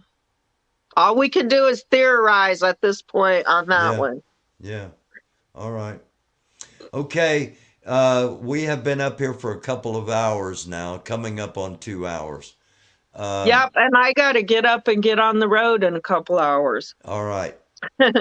Thank you for coming on here. Thank you for having me, Barry. Been looking forward to it. We waited until all the court stuff was over with so that nothing could be used. And you're welcome on here anytime. I hope you know that. Thank you. I do. Greatly appreciated. And I'm going to say good night to you. I've got a couple other things I'm going to show here before I end the stream. And you have safe travels, okay? Thank you. Good All right. night and Good. peace out to the chat. Thank you. Peace. Right. The one and only J. Matt, Pluck the Patriarchy. And thank you all in chat for sticking around. All of you not in chat for sticking around. All of you watching the replay. Thank you all. And I got just a couple of more things here to show real quick before I shut it down. Again, this is, and I'm just gonna play it. This is from Reed Timmer. There's Reed. And here is Bill Stadium, Highmark Stadium right behind me, completely buried in 70 plus inches of snow across Orchard Park. I was able to get the bird over the stadium here. I'm seeing some charter buses too. That's probably part of the Bills organization that's about to head to Detroit, where the game is scheduled to be replayed tomorrow. I was going to come out here and join the Bills Mafia, come out and tailgate ahead of this game in the Snow Bowl, but unfortunately it's just not safe enough for people to get out here tomorrow. The band is starting to come back south. It's been up near Niagara Falls during the day today, but the winds are shifting and the band is starting to come back south once again, so I've got my eye on that band. Should be coming back through downtown and then down toward the Buffalo South towns as we go through the day. Okay, I'm going to pause that because an ad's getting ready to come up. I was going to show a little bit more of that, and hopefully I'll be able to do that. He mentioned Niagara Falls, and one of the streamers I was watching last night made the trek to Niagara Falls.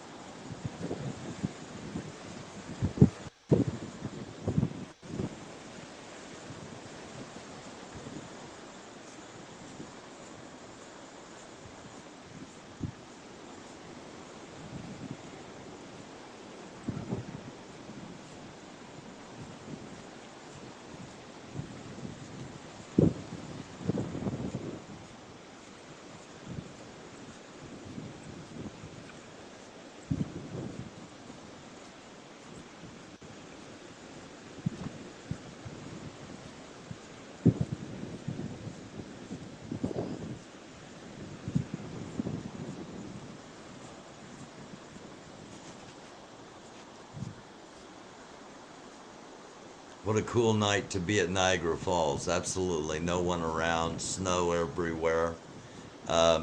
He couldn't get down close enough to Horseshoe Falls, and he couldn't get anywhere close to the Three Brides.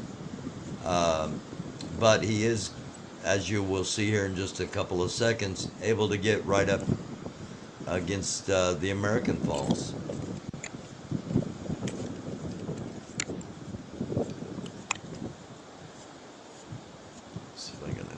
This for just a second. There we go. Why don't we figure this out first? This would have been a lot shorter of a path. Why didn't that cop say something like, "Hey, you idiots"? You sure you want to walk that far?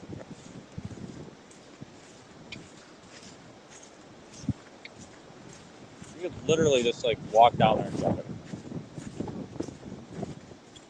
Hell.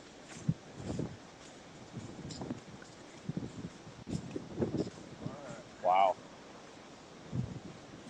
Yeah, that's a little more impressive. Yeah, definitely.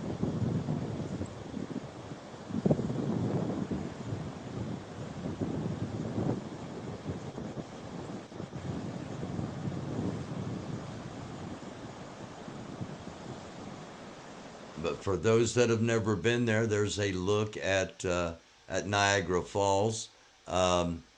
He did not stay there very long because the mist, as you know, if you've been around the falls, there's an incredible mist that comes up. The power is unbelievable. There's no way of explaining it to anyone that hasn't been there. There are very few things that I've ever experienced that people have recommended I go see that have actually lived up to the expectations. Niagara Falls is at the top of that list. And anyway, a tremendous amount of mist comes up, and he was free. It was literally freezing on him. So thanks to Vince Willetti, Storm Chaser, for that. And we're going to go back here just for a second to read again. Here's Reed Timmer, Dr. Reed Timmer, extreme meteorologist, flying his drone over Bill's Stadium in Buffalo.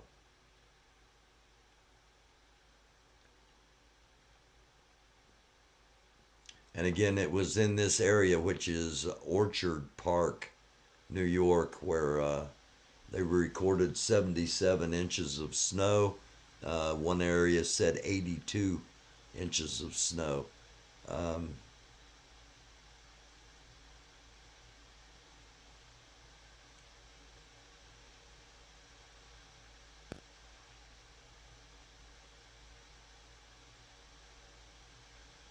Just thought this was pretty cool and something you're only going to see like on Reed's channel or here.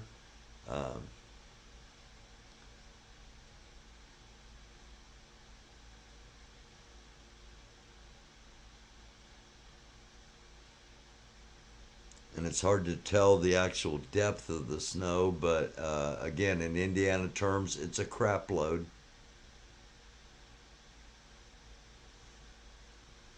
And hopefully I've got the right video.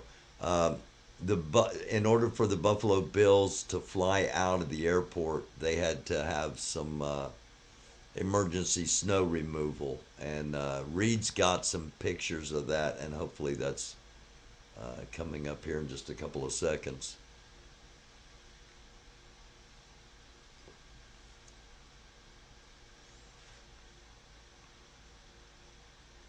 Technology is incredible.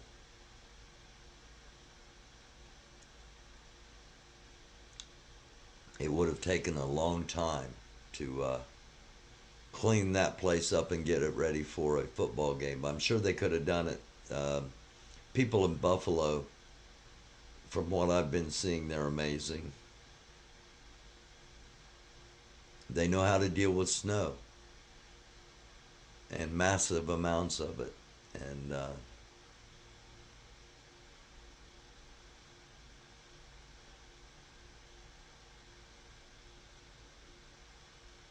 I'm going to have to get a drone. I know that somehow. Grift me a drone. Guys.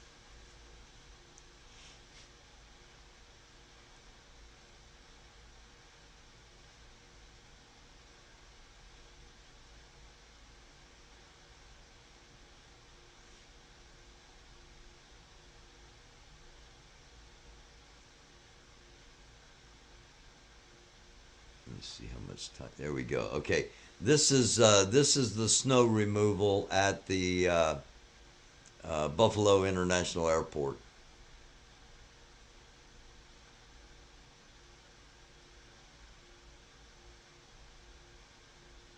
They've got front end loaders. They got dump trucks loading snow into the dump trucks. They were taking them to a nearby college campus, the dump truck full of snow. The campus was closed for Thanksgiving, and that's where they're storing a lot of this snow, because it's not going to go anywhere until temperatures are such that it'll start to melt. And when you got 7 feet of snow everywhere, well, you got to find somewhere to put it if you're going to clean it off.